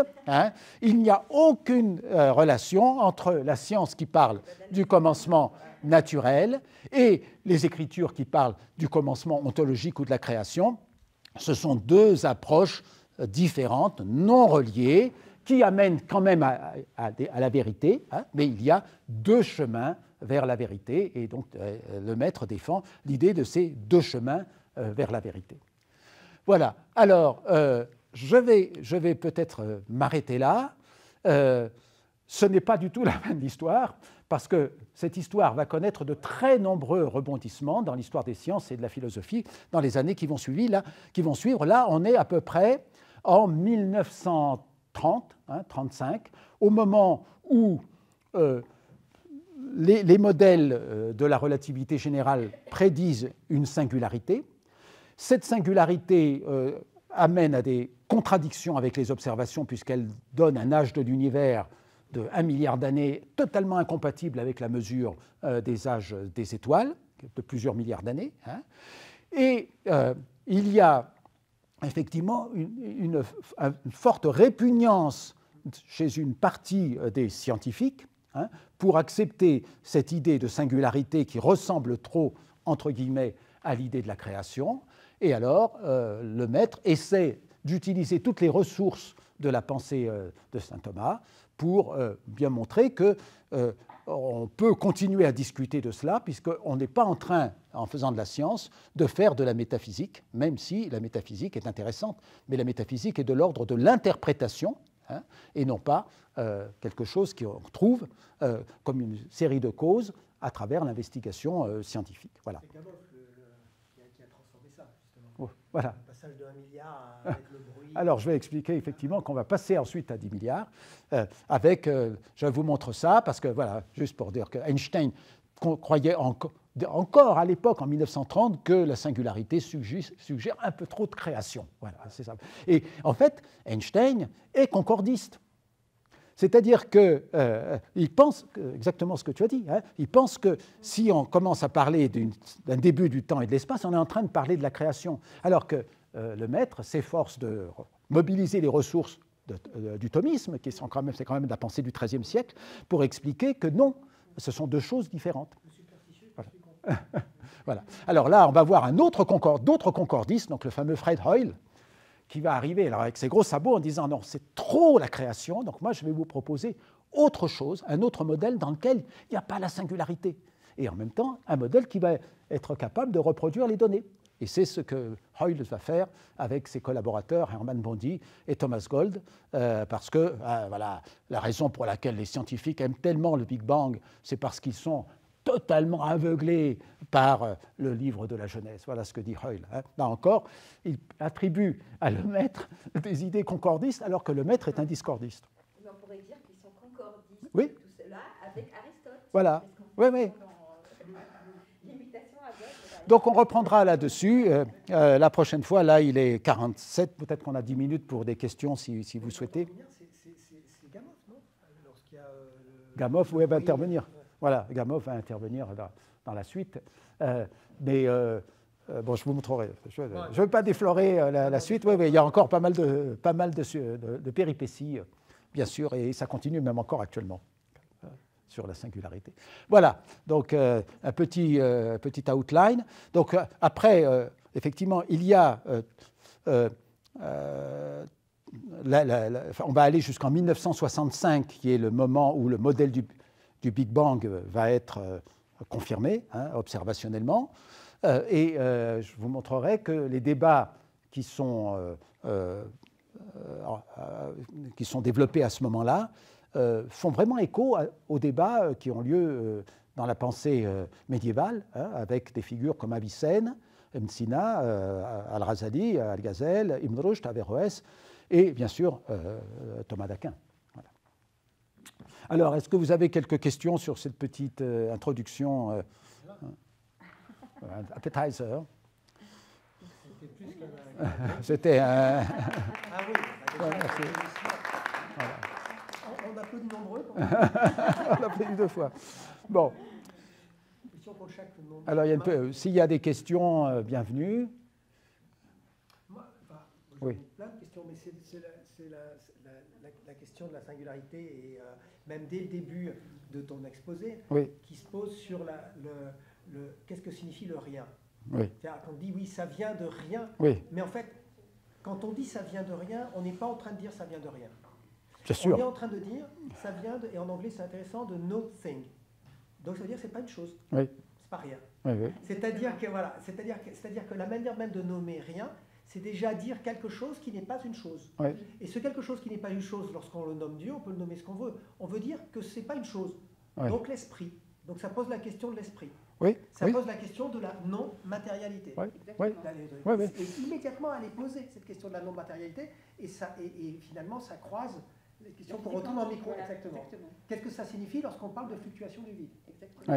Oui, mais la fluctuation du vide n'est pas, c'est pas le néant. Eh bien, justement, oui. justement, on peut se demander si, quand on parle de fluctuation du vide en mécanique quantique, est-ce que c'est pas la recréation permanente? Au sens où c'est pas du rien. C'est-à-dire qu'on a tendance à penser que c'est le vide au sens de rien, mais c'est pas du rien. Non, le vide n'est pas rien. Le vide quantique n'est pas rien. Au début de l'univers, le vide n'est pas rien. Et donc, si on fait le rapport entre Big Bang, trou noir, on dit ça serait du rien, puisque c'est un effondrement total de la matière, par une densité qui devient une densité infinie, etc. Ben, c'est comme si tout cela se rejoignait à partir de la question centrale, qui est la question du vide. qui finalement juste, moi comme j'ai l'habitude d'essayer, juste le vide de nos représentations. Donc en fait, ce n'est pas du vide, c'est trop débordant pour que ça puisse être représenté. Oui. Et puis le vide quantique n'est pas du vide parce qu'il est habité par les champs quantiques, dont on ne sait pas ce que c'est d'ailleurs, mais ce n'est pas du vide. Et donc, justement, dans le cours de l'exposé, je vous montrerai comment il y a tout un effort pour faire ce qu'on appelle des cosmologies pré-Big Bang et pour éliminer la singularité en disant ça a commencé à partir de quelque chose qui, lui, est éternel. Et donc ça, c'est tous les travaux qui sont faits depuis une vingtaine d'années, sauf que il y a des théorèmes qui sont établis qui montrent que, quand même, il y a un gros problème et on a du mal à décrire une éternité. C'est-à-dire qu'il y a forcément une singularité quelque part. Voilà. Et donc on est toujours dans finalement des antinomies. C'est-à-dire qu'on a l'impression qu'on rencontre des difficultés conceptuelles pour l'instant insolubles, parce qu'on voudrait pouvoir installer quelque chose avant qu'il soit là de toute éternité et à partir duquel le cosmos, avec sa phase d'expansion, commence. Sauf qu'il y a des théorèmes qui disent que même avant le Big Bang, il doit y avoir un début, parce qu'on peut pas, ça ne peut pas être éternellement dans le passé. À vrai dire, on n'avait pas attendu les théorèmes pour intuitivement se dire... C'est exactement... c'est pour ça que ça fait écho à des problématiques philosophiques qui sont là depuis des siècles et des siècles. Sauf que c'est évidemment remis sur la table de façon technique. Là, à la conférence de prix Nobel de physique en décembre, le colloque organisé de la chaire... oui, Bill Phillips, non? Bill Phillips? Tu veux dire Bill Phillips? Oui. Donc il est prix Nobel quand même. Il dit quelque chose qui est comment... ça me fait penser à ce qu'il a dit à un moment donné qui m'a étonné de la part d'un physicien, malgré tout, parce qu'ils ne sont pas tous comme toi. Et il dit, quand on parle du rapport entre le vide, fluctuation du vide, justement, et toutes ces choses-là, et on pense à la question du Big Bang, du début, est-ce qu'il y a eu un début, etc. À la fin de la fin, tout c'est tellement absurde que je ne vois pas d'inconvénient à ce qu'on puisse dire, comme il y a la question de l'interaction, du regard, subjectivité, objectivité, que l'univers soit créé par une sorte de première interaction, c'est-à-dire soit le regard de Dieu, comme le regard du scientifique, qui modifie la chose observée, qui crée presque le monde corpusculaire, qui crée une réalité qui devient causale. Après, là, pourquoi pas? Il dit finalement, c'est pas plus absurde que le reste, mais moins absurde. Peut-être moins absurde. Ce sont des idées d'un observateur universel. Voilà. L'observateur universel. Un observateur universel, c'est une idée. Il y a beaucoup d'idées. C'est ce qu'il a dit. Il a dit ça ne m'étonne pas. Donc, ce sont des idées que je ne veux pas trop exprimer. Je crois qu'il faut éviter de s'exprimer trop bruyamment. Très bien. Est-ce qu'il y a des questions? Oui. Si il faut de l'art, oui, on finissait pas le séminaire. Pourquoi on les néglige? Pardon? Les modèles qui ont un début et la fin. Oui. Pourquoi ils sont négligeables? Pourquoi on ne regarde pas? Parce que on essaie de. S'il y a une recontraction, c'est parce que l'univers a une densité suffisante pour que l'expansion soit freinée au point d'être arrêtée et ensuite inversée. Exactement comme une pierre. Si je jette une pierre dans le champ de gravitation terrestre, elle va monter, mais sa vitesse va diminuer. À un moment donné, la pierre va avoir une vitesse par rapport à une vitesse ascensionnelle nulle, et la pierre va redescendre. Si je la jette avec une vitesse beaucoup plus importante, 11 km par seconde, la pierre va quitter le champ de gravitation terrestre et va partir vers l'espace. Voilà. Et bien, l'univers, dans son expansion, c'est la même chose. Si la vitesse d'expansion est suffisante, l'univers ne se recontractera jamais. Si sa vitesse d'expansion n'est pas trop importante, il va être freiné par sa propre densité et la gravitation va finalement arrêter l'expansion et provoquer une phase de contraction. Donc tout est la balance entre la vitesse d'expansion et la densité qui crée la gravitation de l'univers. Et actuellement, quand on mesure la gravitation de l'univers, on pense qu'elle n'est pas suffisante pour entraîner une recontraction. Donc l'expansion, dans l'état actuel de nos connaissances, va continuer indéfiniment. C'est pour ça que ces modèles... Monstrueux, pour reprendre. Pour moi, c'est le truc. Oui. Les modèles d'expansion infinie qui ont le vent en poupe aujourd'hui, Oui. si je puis dire, si on peut parler de vent en poupe, Oui, oui, oui, c'est oui, autre chose, oui. sont monstrueux. Parce que quand on regarde après des trilliards, Oui, oui, oui, oui. c'est même plus du froid, c'est même plus de la C'est- matière, c'est- on appelle ça... c'est- Ce qu'on essaye de supposer que c'est un néant qui est pire que Oui, le oui, néant c'est avant. ça. C'est une dilution. Une dilution. C'est une dilution totale de la possibilité infini. même que se constitue ce qu'il y a à l'intérieur même Oui. d'un atome. Oui. C'est juste... Mais c'est l'état actuel de nos connaissances qui peuvent changer parce que ça a beaucoup changé au cours de ces dernières décennies. Il peut y avoir encore des surprises, mais pour l'instant, on est dans cet état-là. C'est un gros travail, effectivement, d'estimer la densité moyenne de l'univers, mais il y a beaucoup de gens qui ont travaillé là-dessus depuis des décennies et des décennies. Et pour l'instant, on est dans cette idée d'une expansion qui se poursuivra voilà, indéfiniment, et on n'est pas du tout dans l'idée du big crunch, du grand engloutissement, qui aurait lieu dans le futur et qui serait en quelque sorte le symétrique du Big Bang qui a eu lieu donc, au moment de la singularité. Oui. Voilà. Donc je ne sais pas ce qui est le préférable. Nous, on sera de toute façon... Même la symétrie, Oui. on opte pour le crunch. Oui. Parce que Si l'expansion c'est- infinie, c'est Oui, oui, la oui. destruction de tout, Oui. même pas de la matière elle-même, c'est Ben, même pas des organismes. Après, ce sera, Il terminera peut y dans voilà, une Ça commence dilution par quelques totale avec grumeaux, des organismes quelques qui photons. survivent, Oui. Puis quelques grumeaux ensuite, Oui. de la matière, mais il n'y a même plus de matière. Oui, oui, Ça oui. même plus, on ne peut même plus appeler ça Oui, une oui. température. Oui, oui, oui, oui. Une mort froide et diluée. Totalement, Bon, mais c'est dans très très longtemps, donc soyons rassurés. Ça... ça, c'est des trilliards de trilliards de voilà. Donc, C'est des trilliards de trilliards. oui, oui, oui, oui, C'est un oui. truc complètement- D'autres remarques, questions donc demain, Inès nous fera un exposé sur la causalité. Alors, juste un petit sondage, parce que comme c'est expérimental, est-ce que je peux... qui a trouvé que les équations l'ont aidé à comprendre? Non, oui. Non, monsieur, oui. Non, mais ça dépend des gens. Ça dépend des gens. Non, mais après, oui, je comprends que non, mais ça, c'est la difficulté de s'adresser à un auditoire voilà, avec des gens de background différents. Mais une chose est de la regarder, une autre, évidemment, est de la résoudre, etc. De la contempler. Ça se contemple, une équation. Voilà, ça se contemple. Souvent, elles ne sont pas faites pour... Oui, oui, ça se contemple. Les premières, les équations intuitives d'Einstein. Oui. Ah, ça, c'est amusant, oui, oui, oui, oui. C'est l'équation d'Einstein. Qui l'a plutôt perturbé d'avoir des équations parmi Non, pas trop, mais pas trop quand même. Pas trop d'équations et pas trop perturbées. Non, personne, là, ça va, ok, d'accord. Je vais pouvoir mettre l'équation de Schrödinger alors. Tu mettras l'équation de Schrödinger. Les fameuses équations, voilà. Il y a des gens qui se promènent dans les universités américaines, je ne sais pas ici, avec les équations sur les t-shirts, etc. Je ne sais pas, ça fait très classe. Ça, le fait, comme on dit. Ça le fait, voilà. Ça, voilà. Une petite t-shirt avec des équations. Des tatouages avec des équations. Oui, alors encore plus. Alors là c'est vraiment, c'est avoir la physique dans la peau, là. Ah, mais là, par contre, tu vois, j'ai une équation avec étoile, et puis hop, là, ça ne marche plus, le modèle formel. Donc il faut... Avec la constante cosmologique. Qu'est-ce que j'ai foutu cette constante? Exactement. Oui. Moi, j'étais en fait curieuse aussi, à la fin, vous avez mentionné les deux vérités, le pass. Les deux chemins vers la vérité, oui. Il y en avait deux, Oui. c'est ça? Et c'était un moyen de résoudre ces conflits entre les différentes perspectives que vous avez évoquées avant.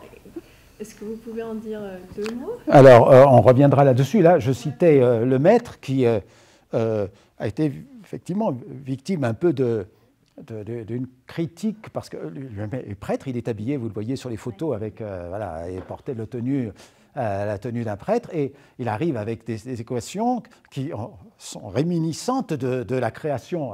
C'est ce que voilà, Eddington, Einstein vont lui opposer. Donc, il a pris vraiment un grand soin pour faire la différence entre son activité scientifique et son activité religieuse. Donc, il a utilisé les ressources de la philosophie dont Raphaël parlait pour bien montrer que c'était deux activités différentes, mais ce sont deux activités qui arrivent à la vérité. Alors, peut-être pas la même vérité, parce que ce sont deux aspects de la vérité, puisque évidemment la vérité religieuse, c'est une vérité qui nous transforme. La vérité scientifique, d'abord, elle est souvent remise en question, perfectionnée. C'est une vérité qui nous éclaire sur le monde, mais il y a quelque chose peut-être d'autre, d'un autre ordre dans la vérité religieuse. Alors cette idée des deux chemins vers la vérité, on retrouvera évidemment cette idée, par exemple, avec la pensée de Al-Razali, hein, parce que pour Al-Razali, Al-Razali, on dirait maintenant qu'il est concordiste. Il y a deux chemins, effectivement, il y a le chemin de la raison et le chemin de la révélation, mais comme Dieu est un, il ne peut pas y avoir de contradiction entre les résultats de l'un et de l'autre. Le problème, c'est de savoir où se passe la réconciliation. Est-ce que la réconciliation se passe au niveau rationnel, ou bien elle se passe à un niveau autre, qui est évidemment celui de la spiritualité, celui de la foi, celui de la contemplation, celui du mythe, finalement, et non pas de la parole articulée du logos. Temporelle. Voilà. Est-ce que la réconciliation, elle est dès le début, enfin dès le début, on a ou alors est-ce qu'elle est à la fin? Est-ce Oui. qu'elle se cache au début Oui. et elle apparaît à la fin? Oui, c'est ça. C'est-à-dire que vouloir réconcilier les choses de façon rationnelle n'est peut-être pas du domaine du possible. Il y a quelque chose qui est au-dessus de la raison, effectivement, c'est le niveau du noumen, hein, le niveau caché, et c'est là que la réconciliation peut se faire. Et évidemment, par exemple, Al-Razali va, lui, au moins dans sa première partie de vie, essayer de réconcilier les choses du point de vue rationnel. Bon, on verra que cette réconciliation n'est pas complètement convaincante. Oui, voilà. En fait, oui, c'est pas seulement les réalités qui peuvent avoir plusieurs niveaux, mais les modes de connaissance aussi. Oui, oui. Bien sûr. Mais d'ailleurs, on ne parle pas tellement de vérité scientifique maintenant, on parle plutôt de vrai, mais pas de vérité. Parce que, juste pour terminer là-dessus, un peu l'approche, je pense, qui est celle de l'IAS, et puis en tout cas c'est la nôtre, c'est celle d'une herméneutique. C'est la question de l'herméneutique. C'est-à-dire qu'effectivement, il ne faut pas mélanger les ordres de connaissances. Il y a des méthodes scientifiques, il y a des méthodes en théologie, en philosophie. La spiritualité, c'est une ascèse, donc d'un certain point de vue, c'est une méthode aussi. Mais en revanche, le discordisme total, ce n'est pas quelque chose qui est fructueux finalement, parce que les découvertes scientifiques nous parlent quand même du réel, et elles doivent être interprétées, elles doivent être lues, elles doivent être incluses. Oui, si oui. on ne suppose pas un moment de réconciliation, voilà. ça devient irrationnel. Justement. Exactement. Il y a un moment, il y a un niveau de réconciliation qui n'est pas forcément rationnel, mais qui existe et qu'on doit rechercher. Et on doit rechercher, bien sûr, en tant qu'être humain et en tant que philosophe, en tant que théologien, mais même en tant que scientifique. Hein, les idées philosophiques, religieuses ont nourri, comme tu vas le montrer aussi, la réflexion scientifique pendant des siècles et des siècles. Et on ne peut pas se priver de cette question de l'herméneutique, de cette question de l'interprétation.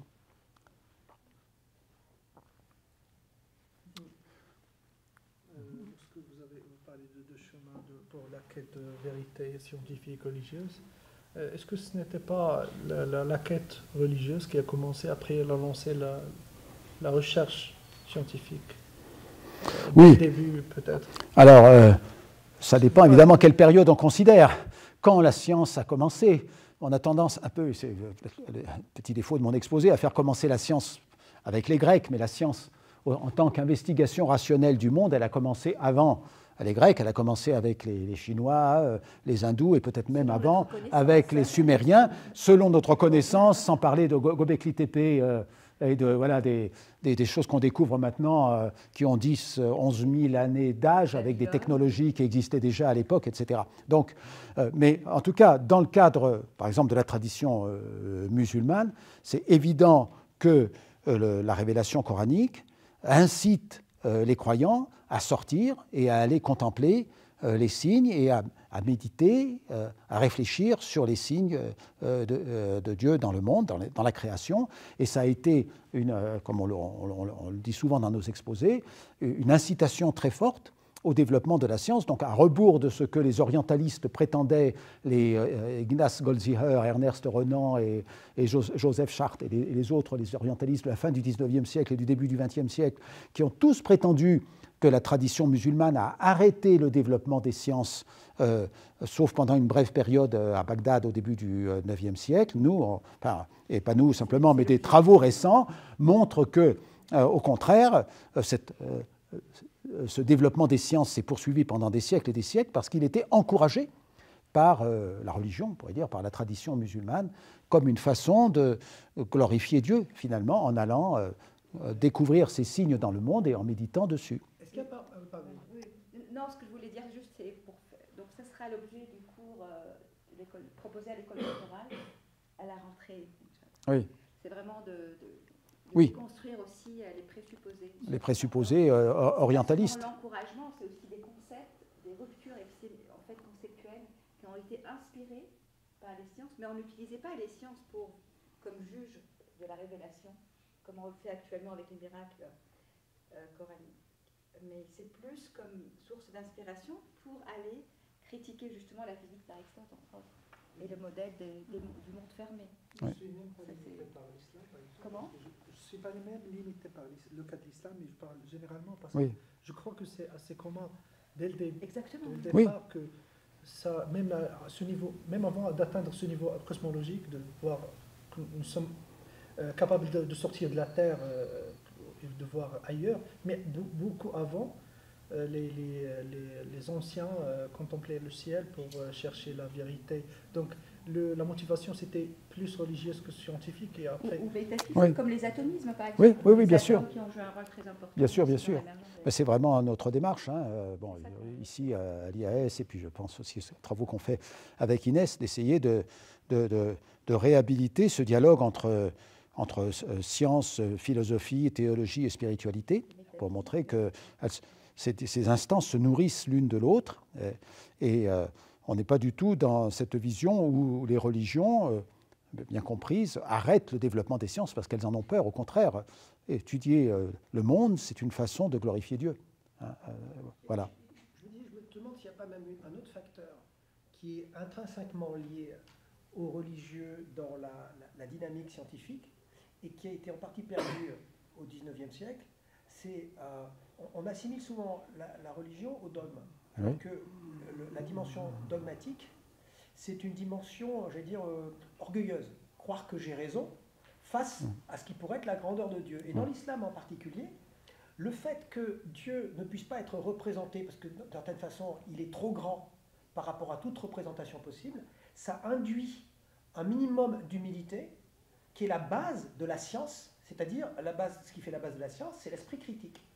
Et donc, je crois que non seulement c'est compatible, mais il y a aussi cette dimension qui est l'humilité nécessaire aux scientifiques pour critiquer tout ce qu'ils croient découvrir comme étant la manifestation de l'absolu. Alors que le positiviste, et les scientifiques aujourd'hui même qui démentent l'idée, parce que le positivisme c'est autodiscrédité depuis un moment, mais néanmoins, le seul fait de croire qu'il n'y a que causalité, ce que croient encore beaucoup de scientifiques, c'est quand même une forme d'ego, quoi. C'est-à-dire c'est un manque d'esprit critique par manque d'humilité.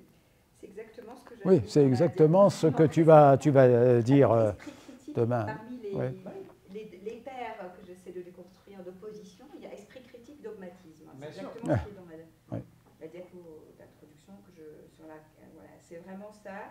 Et l'esprit critique, en fait, c'est exactement l'esprit d'Al-Ghazali. C'est-à-dire de critiquer le suivisme aveugle. Donc le dogmatisme qui suit justement, entre autres, ceux qui suivent Aristote dans l'éternité du monde, entre autres. Et voilà, c'est tout. Et l'esprit critique qu'on retrouve chez quelqu'un comme Ibn Haytham, qui dit qu'il faut être en fait l'ennemi même de ses propres croyances. Et l'attitude dogmatique, elle est toujours là chez les scientifiques. Bien sûr. Alors qu'au contraire, si tu as une démarche purement mystique, mais réellement mystique, tu ne peux qu'être critique. Oui. Puisque pour toi, la vérité est trop grande pour être décrite, donc elle ne peut pas apparaître dans les formes de ce que je crois être ma représentation, et donc il ne peut pas se dogmatiser. Et c'est l'apophatisme. Donc c'est non seulement compatible avec la science, mais c'est une nécessité de la science qui a perdu une certaine forme de science qui est moins scientifique. Oui, parce que c'est fossilisé. Fossilisé. Le sophisme et la physique quantique. L'éloge de la perspective. Exactement. Voilà. Donc, le débat est lancé. On essaiera. Donc, demain, tu reviens. Voilà, tu continues. Et puis, on trouvera donc une date en mai, peut-être pour faire, si demain tu n'as pas beaucoup de monde, aussi qu'on refasse cet exposé-ci et l'autre pour l'école doctorale. Comme ça, après, on pourra faire la suite. Oui. Oui. Donc, je corrigerai la petite erreur, les petites erreurs. Et puis, on mettra à disposition les slides pour les étudiants quand ils auront suivi les cours, mais pas avant. Oui. Le slide de Lemaître, j'ai vu que la date de naissance était Parlez un peu plus fort. 1980 quelque chose, mais dans le slide de Lemaître, oui. de Monsieur Lemaître, la date de naissance, c'est pas complet. Ah, peut-être, oui, il y a des erreurs. Non, mais sur les dates, oui, c'est possible. Donc, je vais. Il y a toujours une erreur, de toute façon, dans ce qu'on écrit. Il y a toujours une erreur de plus. Il y a toujours une erreur. Donc, je vais essayer. C'est pour ça que je. Vive les erreurs. Voilà, vive les erreurs. On essaiera de corriger les dates. Très bien, merci à toutes et à tous. Merci Raphaël, merci Manal, merci Nawal, merci Saad, et merci à toutes et à tous pour l'accueil. Et puis donc à très bientôt. On va déjeuner ensemble. Voilà. Non, on ne déjeune pas. On a déjeuné ce matin à 3h, à 4h du matin. Ah oui. On est et à ce soir à 18h40, Inch'Allah.